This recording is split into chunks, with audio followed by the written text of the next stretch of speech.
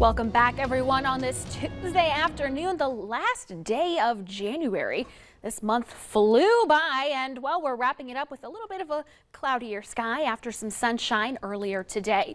And temperatures, a slight warm up. We're finally above 2 degrees right now here in Fargo with that overcast sky. Wind is out of the south at 8 miles per hour, so we do have a wind chill right around 12 degrees below zero.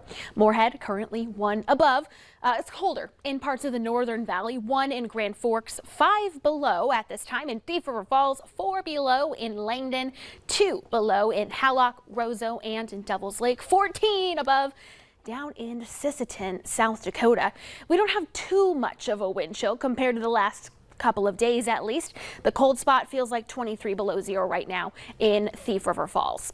As for the cloud cover, we've seen some increasing clouds over the last couple of hours and the faintest hint at a little bit of light snow. So turning off the cloud cover, you can see this a little bit better. We might see a flake or two right along I-94 from Fargo to just north of Jamestown, but very light if we see anything. Radar and, the forecast models not picking up on those flakes at all, but they continue to be a possibility here over the next couple of hours. So tonight we're going to turn cold again as temperatures by this evening slip back below zero, and by tomorrow morning most of us again are in the teens below zero, especially across the northern part of the region, a tad bit warmer, single digits below zero in the southern part of the valley, with wind chills in the teens and 20s below, possibly as cold as 30-35 below in some places north.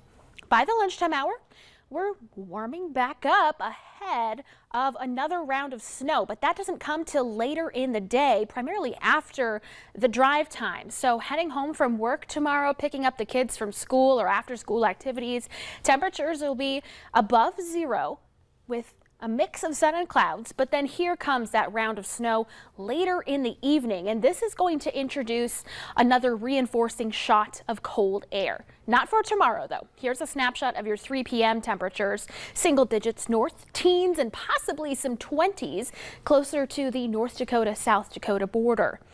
Looking ahead. This, I showed you earlier, the 6 to 10 day temperature outlook. This is now the 8 to 14 day temperature outlook, looking at February 8th through the 14th, and we are leaning above average for nearly all of us. So a beautiful, nice warm up is on the way. It's going to take a couple days, but check out Saturday.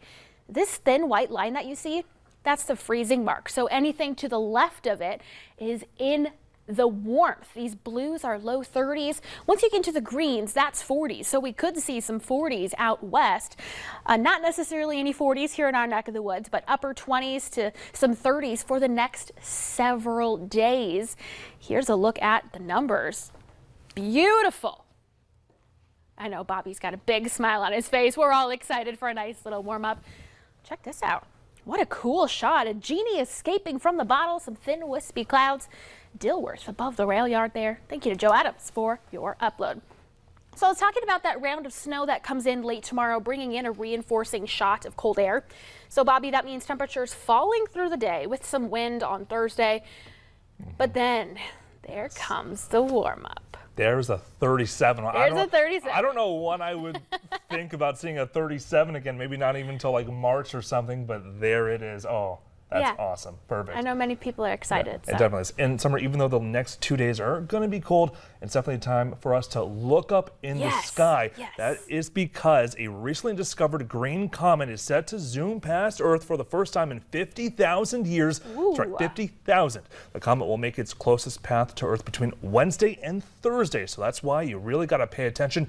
It will appear as a faint green smudge near the North Star, and it will be at least 26 million miles away, so you don't have to worry about it crashing into Earth at least. Beautiful. And that is actually more than 100 times as far as the moon. You got to be sure to check out cloud cover on the Valley News Live weather app so you can see it. That is definitely good advice. Summer, thank you.